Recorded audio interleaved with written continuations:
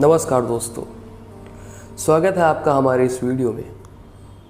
जैसा कि आपको वीडियो के टाइटल और थंबनेल देखकर पता ही चल गया होगा कि ये कहानी या वारदात लव जिहाद को लेकर है। जैसा अभी कुछ दिनों पहले देश श्रद्धा वालकर की निर्मम हत्या को लेकर सन्न था, वैसे ही यह घटना आज से करीब 2 साल पहले की है, जिसके बारे में बहुत ही कम लोग जानते हैं। तो यह वारदात सुर्खियों में आना शुरू होती है 13 जून 2019 को मेरठ के पास एक लोहिया गांव से, जहां पर एक कुत्ता किसी इंसान के अंग को मुंह में दबाकर एक खेत से भाग रहा था। कुत्ते को यह इंसानी अंग ले जाते हुए वहां के स्थानीय निवासी ईश्वर पंडित ने उसे देखा और उन्हें शक हुआ कि हो सकता है आसपास कोई लाश वगैरह दफन हो। उन्होंने पुलिस को सूचना दी। पुलिस ने आकर छानबीन करी। लाश शबी अहमद नाम के व्यक्ति के खेत में दफन थी। लाश किसी महिला की थी जिसके हाथ, पैर और सर गायब थे। पुलिस ने लाश को कब्जे में लेकर पोस्टमार्टम करवाया और हत्यारे की खोजबीन शुरू कर दी। हत्यारे को खोजना और लाश किसकी है ये पता लगाना बहुत ही मुश्किल था, क्योंकि लाश का सिर नहीं था। मगर ये बात पता चल चुकी थी कि वह लाश करीब 20 से 25 वर्ष के बीच किसी लड़की की है। अब आसपास के गांव में पूछताछ हुई, मगर ऐसी किसी लड़की के गायब होने की कोई खबर सामने नहीं आई। और यह लाश कहां से आई, यह कौन था, ये कोई भी नहीं बता पा रहा था। अब मेरठ पुलिस परेशान। अब वहाँ के एसएसपी साहनी जी ने एक तरकीब सोची। उन्होंने सोचा कि यह लड़की यहाँ की नहीं है, यह कहीं बाहर से लाई गई है।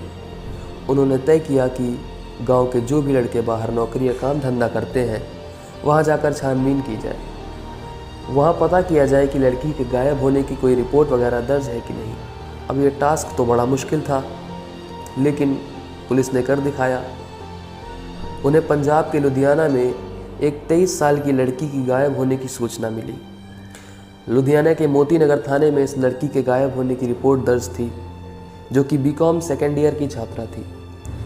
इसके बाद पुलिस ने कड़ी से कड़ी जोड़ते हुए जो जांच पड़ताल करी, उससे यह वारदात पूरी खुलकर सामने आ गई। यह लड़की एकता देशवाल थी, जो कि लुधियाना पंजाब की रहने वाली थी। एकता मॉडर्न फैमिली से बिलोंग करती थी। एकता के घर में धन की कोई कमी नहीं थी। एकता बीकॉम सेकेंड ईयर की छात्रा थी। एक दिन एकता को शाकिब अहमद मिलता है, जो कि वहीं लुधियाना में काम करता था। शाकिब ने एकता को अपना असली नाम और पहचान छुपाकर खुद का नाम अमन बताया। अब अमन या शाकिब कह ले, धीरे धीरे करके एकता को बहला फुसला कर अपने और करीब लाने लगा। फिर उसे प्रेम जाल में फंसा लिया। एकता उसके प्यार में इस हद तक पागल हो गई थी कि वह अमन के लिए कुछ भी करने को तैयार थी। उसने अपने हाथ पर अमन नाम का टैटू भी बनवा रखा था। लेकिन वह इस सच्चाई से बेखौफ थी कि जिससे वह इतना प्यार करती है, उसका नाम और पहचान कुछ और है। एक दिन अमन ने एकता से उसके घर से गहने चुरा कर लाने को बोला। उसने कहा कि हम दोनों यहाँ से सब कुछ छोड़कर कहीं दूर साथ में ज़िंदगी बिताएंगे। एकता अमन के झांसे में आ गई और लगभग 25 लाख के गहने और कुछ नकद लेकर घर छोड़कर भाग आती है। अमन यानी शाकिब उसको लेकर सीधा मेरठ के दौराला पहुंचा, जो कि एक कस्बा है। वहां उसने किराए पर एक कमरा लिया, जहां वह दोनों 1 महीने तक रहे। इसके बाद ईद के त्यौहार पर अमन उसे अपने घर ले आया, जहां एकता को उसकी असलियत पता चली कि वह अमन नहीं शाकिब है। एकता के सामने सच्चाई आ चुकी थी कि जिस इंसान से वह इतना प्यार करने लगी थी, वह जिसके लिए अपना सब कुछ, अपना परिवार, अपना घर छोड़कर भागी थी, वह अमन नहीं शाकिब है। एकता के मन में उस वक्त कैसे कैसे ख्याल आ रहे होंगे, उसे कैसा महसूस हो रहा होगा, आप इसका अंदाज़ा लगा सकते हैं। ईद के दिन उन दोनों के बीच दिन भर झगड़ा होता रहा। शाकिब अब समझ गया था कि बात बहुत आगे बढ़ चुकी है। अब एकता उसके झांसे में नहीं आने वाली थी, तो शाकिब ने तय किया कि एकता को जान से मारने का समय आ गया है, वरना ये 25 लाख के गहने शाकिब हासिल नहीं कर पाएगा। एकता के ज़िंदा रहते उसका भांडा फूट जाएगा और वह लफ्ज़ जिहाद का मकसद भी नहीं पूरा कर पाएगा। तो शाकिब ने उसकी हत्या का प्लान बनाया। शाकिब ने रात में पानी में बेहोशी की दवा मिलाकर एकता को पिला दिया, जिससे उसकी जान लेते समय वो शोर न मचा सके। इसके बाद उसी बेहोशी की हालत में शाकिब और उसके दोस्तों ने और परिवार वालों ने मिलकर रातों रात उसको खेत पर ले गए, जहां बेहोशी की ही हालत में शाकिब ने एकता का सबसे पहले तो गला काट दिया और उसके सर को धड़ से अलग कर दिया और उसके बाद हाथ और पैर भी काट दिए। हाथ इसलिए काटे क्योंकि उसके हाथ पर अमन नाम का टैटू बना था। बड़ी बेरहमी के साथ उसके शरीर को गन्ने के खेत में दफना दिया और उसके सर, हाथ और पैर को गांव के ही तालाब में फेंक दिया। शाकिब को ऐसा लग रहा था कि अब उसका रास्ता साफ हो गया, वो 25 लाख का हकदार हो गया, अब उसे कोई नहीं पकड़ सकता।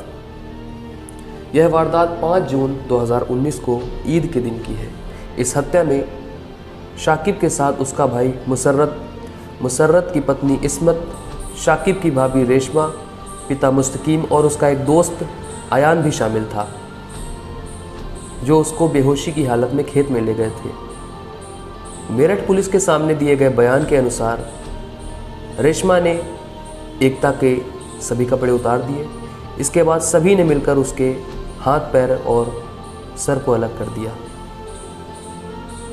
शरीर को उन्होंने गन्ने के खेत में गाड़ दिया और उस पर नमक भी छिड़का, जिससे जो शरीर है वो जल्द से जल्द गल जाए।